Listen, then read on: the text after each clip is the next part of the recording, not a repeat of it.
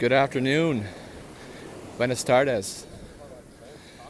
So I'm currently down here at Tory Pines, which is just beyond Del Mar, which is where I've spent a lot of time. And I'm down here with my hosts, Tone and Michelle Roach, and their two daughters, Elle and Maddie. The girls didn't want to make the hike down to the beach. It's a long hike from up top. And so just Tone and I are walking right now to the beach. And I mean, just look around, like it's unbelievable.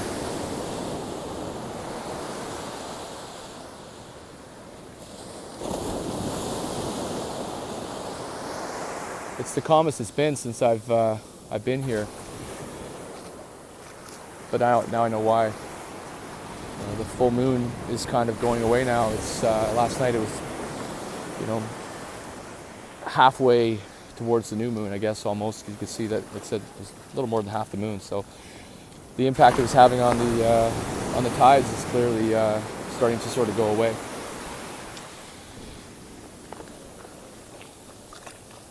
So I just wanted to do a video. I don't have any data right now, so I can't do a live video. So I'm going to post this when I get back today, and just had a few thoughts.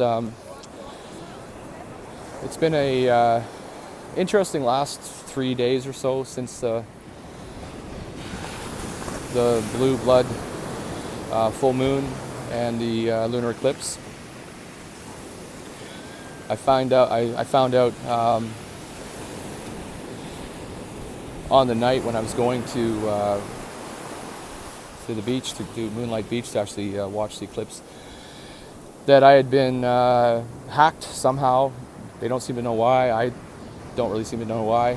I had taken my phone in to get the screen fixed, my American phone, and it was 3 days after that someone hacked in, changed all my passwords, changed the email on my bank account, the phone number, and then they proceeded to try and start taking my money out. And so thankfully all the checks and balances were in place, with CIBC. So I'm thankful for that, but it's been an exercise in frustration on a lot of levels, just in the way that their fraud department sort of handled it. And anyways, I was starting to take that on. I was in such an amazing place and felt so incredible after the full moon and the night on the beach,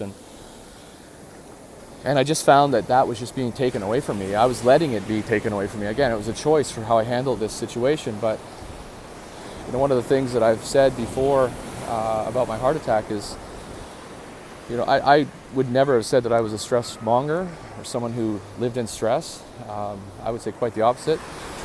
But when I did have something that was stressful come to me, I didn't handle it very well. And that was the lesson, I guess, and the gift that I've kind of come to realize now in this whole thing, because I let emotions well up in me that I didn't like, and I didn't like the way I was feeling, and I really felt like I was on such a high energy feeling with the moon, and just everything, just very connected, right, and ready for the next leg of my trip. And I said, I'm ready to go.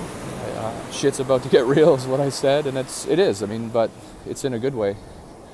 And but yet this came in, and it was just one thing after another, and I lost all my patience. The way I was behaving on the phone in terms of how I was talking to the people that were, doing their job, I didn't like, and it wasn't congruent with what I'm trying to become and what I'm doing, and that really kind of just amplified everything for me. So, but there's a reason it came into me. Everything seems to be fine now, and I got a phone call last night, and CIBC has stepped up. They acknowledged that I had a lot of good ideas in terms of how this could have been handled differently, and so I had a high-level person in CIBC call me last night. I was actually at Michelle and Tone's for dinner, and I talked to him for about 45 minutes, and he wanted to hear what had happened, my side of the story. Obviously he had all the recordings. This guy had done his research, so he knew exactly where we were going, and it was just nice to have somebody just listen, and not try to be defensive about some of my frustrations or just acknowledging them. He was very good at his job, and they offered me a $500 credit on my Visa card, and he's put a couple of levels of security on it so that they'll pick up on me getting hacked right away. They're going to contact me differently now moving forward because I'm going to be in some parts of the world where I may not have cell phone coverage. I'll be accessing Wi-Fi, and I got to be more vigilant about going into my bank account because they're going to send me notifications through my online banking and whatnot. So lots of takeaways, lots of positives. The learning was I should have gone to the Apple store and just paid the extra $60. I was just trying to be conscious of money, and it's caused me more grief. And again, was it the small kiosks that I used? Were they the ones that were responsible? I thought initially, but I went back because my screen had stopped working, and I talked to the owner, and he said he'd fixed my phone, and I didn't feel that was where it happened. So something else happened, and we may never know how it happened, but bottom line is it happened, and I had to deal with it. And it was frustrating as I was just about ready to go to Mexico. If this had happened to me when I was down in Mexico or even in Central America, it would have ended quite a bit differently.